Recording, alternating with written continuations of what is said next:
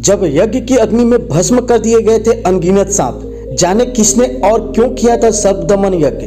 कल नाग पंचमी था। इसे नागों के राजा तक्षक को अभय दान मिलने की खुशी में मनाया जाता है। इस दिन सांपों को दूध से स्नान कराने का विधान सदियों से चला आ रहा है, लेकिन आज हम आपको एक ऐसी कहानी के बारे में बता रहे हैं जिसे आप शायद ही जानते होंगे। तक्षक नाग उन दो नागों में से एक थे जिनकी वजह से नागवंश का अस्तित्व बचा था। इनके अलावा दुनिया के तमाम सांपों को एक अनुष्ठान में जला जलाकर भस्म कर दिया गया था। आइए जाने किसने, कहां और क्यों किया था सर्प दमन यज्ञ, जहां से तक्षक नाग जान बचाकर भागे थे। बात 12वीं शताब्दी ईसा पूर्व की है, जब पांडुपुत्र अर्जुन के पौत्र राजा जन्मेजय ने पूरी धरती को नाग रहित कर देने का प्राण करने के बाद एक यज्ञ किया था। मंत्र शक्ति के वशीभूत होकर हर तरह से अनगिनत सांप आकर यज्ञ में गिरते गए और भस्म होते गए।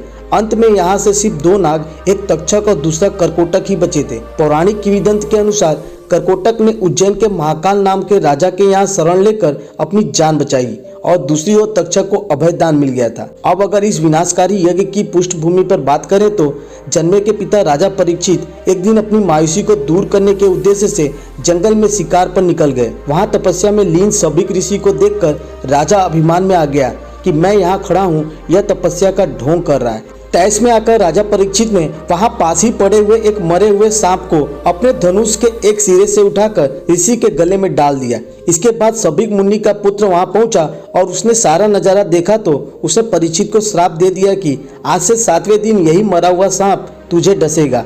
हालांकि परीक्षित ने सांप से बचने के लिए एक से बढ़कर एक कोशिश की, लेकिन वैसा ही हुआ जैसा कि भविष्यवाणी की गई थी। बताया जाता है कि परीक्षित को डसने वाला यह नाग तक्षक ही था। इसके बाद अपने पिता की मौत का बदला लेने के लिए राजा जन्मेजय ने पूरी धरती को सर्प विहीन कर देने का प्रण लिया और यज्ञ कराया। मान्यता है कि भगवान शिव के कंठ की शोभा वासुकी नाग की प्रेरणा से एक ब्राह्मण जन्मे के यज्ञ में पहुंच गया, जहां तक्षक का नाम लेकर आहुति देने का वक्त हुआ ही था। इसी बीच उस ब्राह्मण बालक से राजा जन्मेजय काफी प्रभावित हुए और वरदान मांगने को कहा, तो ब्राह्मण बालक ने उसी क्षण यज्ञ समाप्ति की घोषणा का वचन मांगा।